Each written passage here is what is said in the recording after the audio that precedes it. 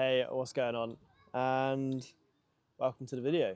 Today we are talking about how to become a master of street photography.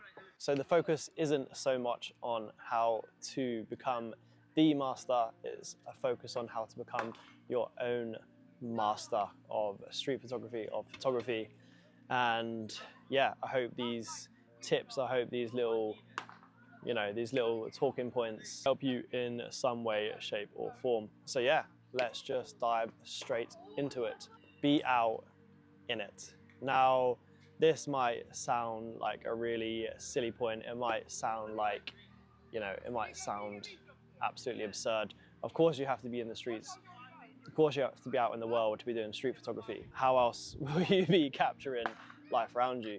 But I think maybe some of us forget that actually being out in the world and capturing life is step one. Like you have to be surrounding yourself in life to be, to be improving, to be documenting. Like you actually have to be outside with your camera. We can't be at home. We can't be at home reading about street photography. We can't be out. We can't be inside dreaming about it.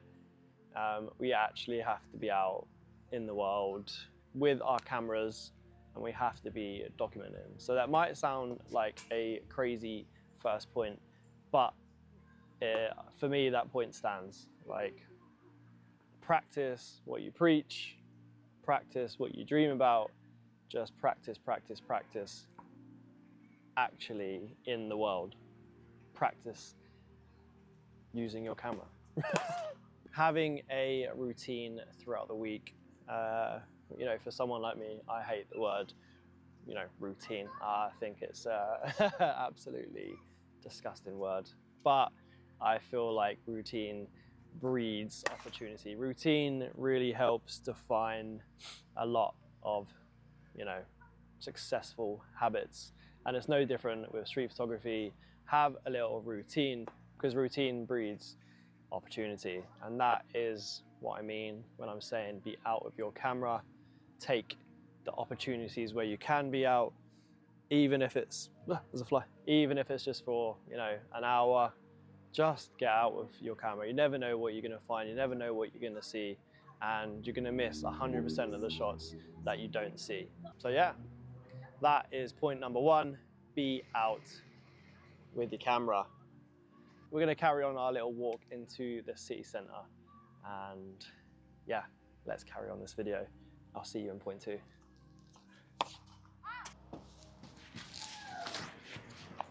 Okay, so we've just arrived on the outskirts of the city centre.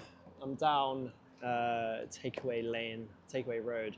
Absolutely love this place, full of great little spots for food in Sheffield. And the next point I want to talk about is focal length. And my next tip to you is to master your focal length and to stick with one focal length. This doesn't have to be forever. So using the same focal length consistently really trains your eye. It really trains your movement. It trains how you're using your camera and where you position yourself in the world in relation to the focal length you're using. So keep with that focal length, and eventually your eyes will start to, you'll train your eyes to start seeing shots before you even lift your camera. Like you'll end up seeing the world, if I just use an 85, you'll end up seeing shots that really kind of correlate to your focal length when you're out in the world. That was sick. You'll start really getting in flow with your focal length, which will be really, really fantastic. Nice fun. Yeah. You crack on, you go through. Sorry. All right, have a great day. See you soon. And choosing one focal length can, really kind of like tying yourself to one, point of view will eventually force creation. It will make you become more creative within that focal length, because you have to be. Try going abroad with just one focal length. Just take one lens of you. Don't take a zoom, just take, whatever you've got. Lenses are pretty cheap these days, relatively.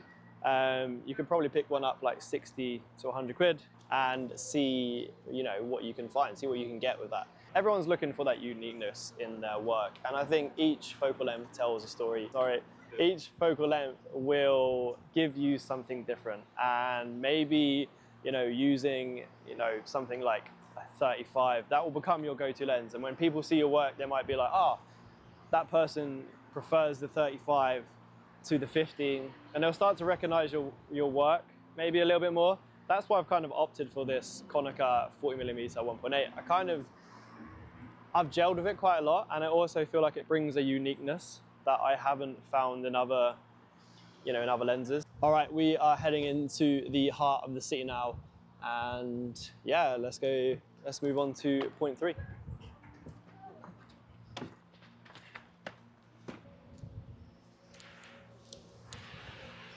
Okay, so we have now covered 2 points so far. We have covered actually being out in the world with your camera to capture life. We have covered sticking to a focal length. Maybe that rigidity will help creation. The next point up on the list is breaking the rules and getting a little bit playful. This part is all about not sticking to something. It's all about getting rid of rigidity. It's getting rid of barriers and constraints. It's about being free. It's time to express yourselves. It's time to create freedom. So you've got your camera settings right. It's a nice day. You're out, you're loving life, you're capturing the world around you. But something's missing, that hidden source, that little bit of something extra, that uniqueness that we're all looking for. And this is where true creation lies. It's outside of the rule book. It's outside of the the rules of photography. Forget about the rule of thirds. Forget about the correct composition. Forget about the right focal length or it being completely in focus, tack sharp. Forget about all that. Start having fun. Start being a little bit playful with your photography. Art is about expression, and I think I've covered this before, and photography is art, street photography is art. So let yourself be free, express yourselves. We really need to start letting go of the idea of the perfect shot. It doesn't exist. What exists is our creativity, and we all have it. We just need to nurture it a little bit. Let go of the rules a little bit. Start being a little bit playful with your shots. Try something new, add a little bit of motion blur, reduce the light and try and get a little shadow. Try and get a tiny little bit of the frame in focus. Just try something new. There's going to be haters out there if you're sharing your work online, and if you share your work in the real world, there's going to be people who do not like the things you put out, but you can't please everyone. So try something new. You got nothing to lose. Use different angles, get down low, lay down for the shot, get up really high for the shot. Like, do whatever it takes to let that little bit of expression start coming out. It's okay to be a little bit weird. The best people are a little bit weird. And it's, I think society deems it as weird. It's not weird, it's just expression. It's just individualism, which is sometimes shunned in society, but I think we should all embrace it. I think it's an important part of art and expression. And if we all let it out a little bit, wouldn't the world be a better place? It's getting deep now. And street photography, the streets, the world is your playground, so embrace it. Don't be kind of too rigid, don't be too afraid of looking silly. I think we all look a little bit silly, but it's the ones who kind of, put themselves out there that will go the little bit of extra weird, that will go the extra, foolish, that might just enhance your photo just a little bit more. Stop being a robot. Stop putting out what you think the algorithm will like. What's the point in that? You're just gonna follow the algorithm forever and just be so vanilla. Live a little, do something different. Don't be afraid. And we all fall victim to that. I think we all want to kind of please others. We want our work to be recognized a little bit. We want that little bit of, we want some likes, you know. We want that. Who doesn't want a little bit of recognition, positive recognition? But that will come in time. Don't rush it, you know. Be playful, be weird. Stop shooting what's safe and start shooting what's meaningful to you. Little street photography, a little challenge for yourself. Next time you're out doing street photography, just break one rule. Just put yourself out there a little bit, do something a little bit different and see how it feels. Comment below and let me know. All right, we are in the heart of the city now. I would say middle of the city centre. Yeah, there's a lot going on and we are moving to the fourth point. And the fourth point is quite a big one. Maybe just for me, maybe for you as well. But the fourth point is pushing past discomfort. It's embracing the uncomfortableness, the uncomfortability of being out with a camera. So I thought I'd put myself in this situation where there are lots of people around. Not as many as I thought, but still quite a fair few. Yeah, so I feel like in my mind, coming up to this scenario, felt a little bit anxious about filming in public, where people can see me, people can see that I've got a tripod and a camera with me. But yeah, now I'm here, it doesn't feel too bad. So yeah, getting comfortable with discomfort. I think that is a massive one for street photography, going out with your camera and putting your camera in someone's face, or even trying to, you know, hide it and try and sneak a shot off. I think, you know, that is something it's quite hard to do. Doesn't come natural unless you're, you know, in a room where people know you're the photographer and that is your main purpose. Out on the streets, people might be a bit more private. People don't really want to be photographed in their natural state.